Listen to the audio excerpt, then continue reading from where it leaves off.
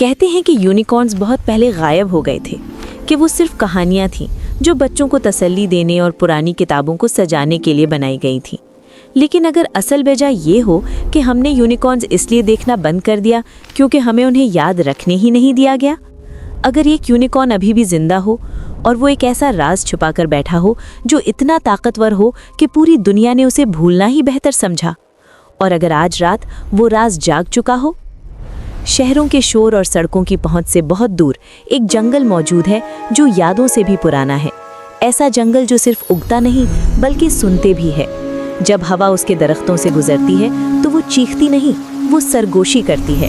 जब चांदनी उसकी ज़मीन को छूती है तो मिट्टी हल्की सी चमक उठती है, जैसे पुराने कदम याद कर रही हो।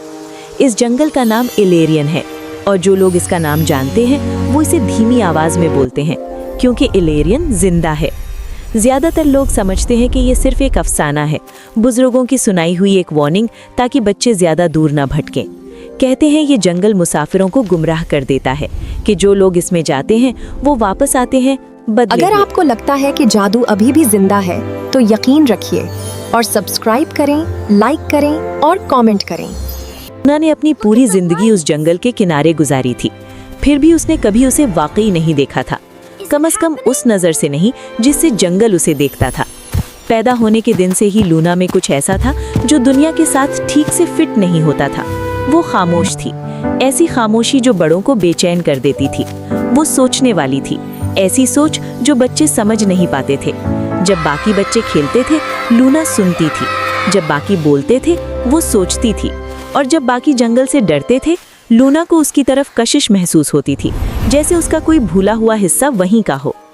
रात को उसे ख्वाब आते थे, दरख्तों के दरमियान चांदनी जैसी रोशनी चलती हुई, एक नरमी भरी हमिंग आवाज़ जो उसके दिल को अजीब सी पहचान का एहसास देती थी। और कभी कभी जब वो सुबह उठती तो अपने बिस्तर के पास अजीब निशान बने होते जो उसने खुद बनाए होते, बिना याद के कब। जिस रात सब कुछ बदल गया वो बिल्कुल आम रात जैसी शुरू हुई, जब तक सितारे झपकना बंद नहीं हो गए। सबसे पहले लूना ने महसूस किया, आसमान जम सा गया था, जैसे वक्त ने सांस रोक ली हो।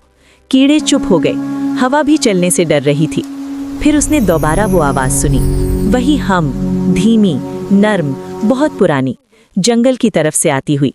इतनी जोर से नहीं कि मजबूर करे, लेकिन इतनी ताकतवर कि नज़रअंदाज न की जा सके। लूना खिड़की के पास खड़ी हो गई, दिल तेज धड़क रहा था। उसे यकीन हो गया था कि अगर वो अंदर रुकी रही तो वो कुछ ऐसा खो देगी जो कभी वापस नहीं मिलेगा। उसने अपना लैंटर्न उठाया, सोते हुए गांव से चुपके से निकली और जंगल में कदम रख दिया।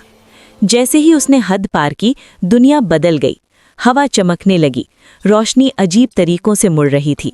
लैंटर्न बगैर आग के तेज चमक उठा, जड़ें उसके कदमों के नीचे हरकत करने लगी, उसे रास्ता दिखाने के लिए। शाखें खुद ब खुद हट गईं। जंगल उसका रास्ता रोक नहीं रहा था, वो उसे घर बुला रहा था। दरख्तों के गहरे अंदर किसी बहुत पुरानी चीज ने अपनी आंखें खोल दी। अचानक एक खुला सा मैदान सामने आया जो इतनी तेज चांदनी में नहा रहा था कि रोशनी महसूस होने लगी।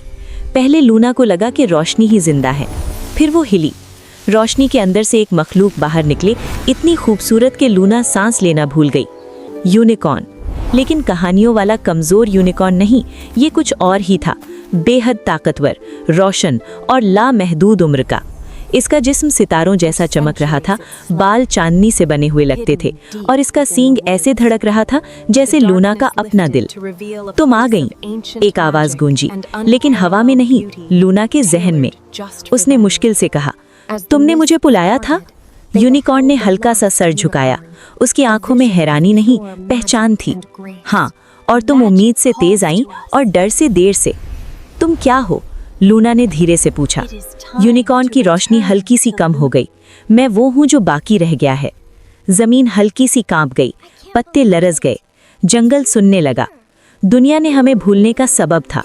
यूनिकॉर्न बोला, इंसानों ने कभी जादू की हिफाजत नहीं की, उन्होंने उसे शिकार बनाया, काबू किया, इतना निचोड़ लिया कि हैरानी सिर्फ एक हथियार बनकर रह गई। लूना का सीना भारी हो गया। लेकिन यूनिकॉर्न्स तो लाफानी होते हैं, कोई भी चीज भूले जाने के बाद जिंदा नहीं रहती। यूनिकॉर्न ने नरमी से कहा, जादू भी नहीं।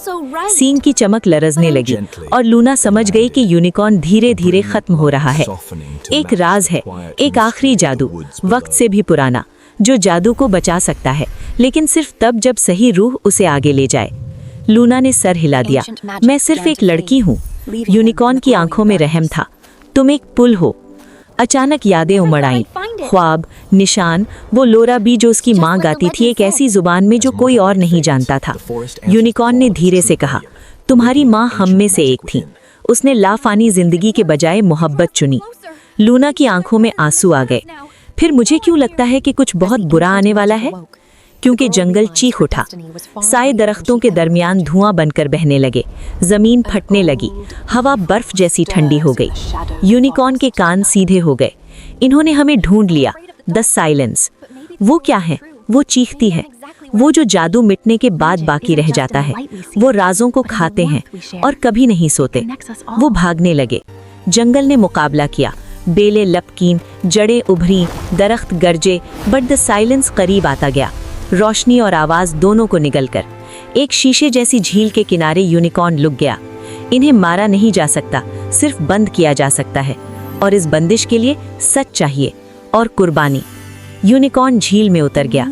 पानी में उसका अक्स जिस्म नहीं, यादें दिखा रहा था। खुशी, गम, सदियों की हिफाजत। राज कभी ताकत नहीं था, वो जिम्मेदारी था। उसने आखिरी बार कहा। लूना चीख उठी जब यूनिकॉर्न का सींग रोशनी में टूट गया। जंगल रंगों से फट पड़ा। द साइलेंस खत्म हो गया। जब रोशनी कम हुई, यूनिकॉर्न वहां नहीं था। लूना के कांपते हुए हाथों में एक चांदी जैसा बीज था। साल गुजर गए, जंगल और मजबूत हो गया, ख्वाब और रोशन हो गए, और गांव में एक खामोश निगरान रहती थी जो एक ऐसी चीज की हिफाजत करती थी जो कोई और नहीं देख सकता था।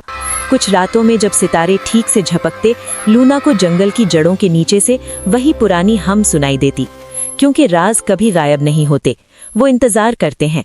और यूनिकॉर्न्स, वो कभी असल में जाते ही नहीं, वो खुद चुनते हैं कि कौन उन्हें याद रखे।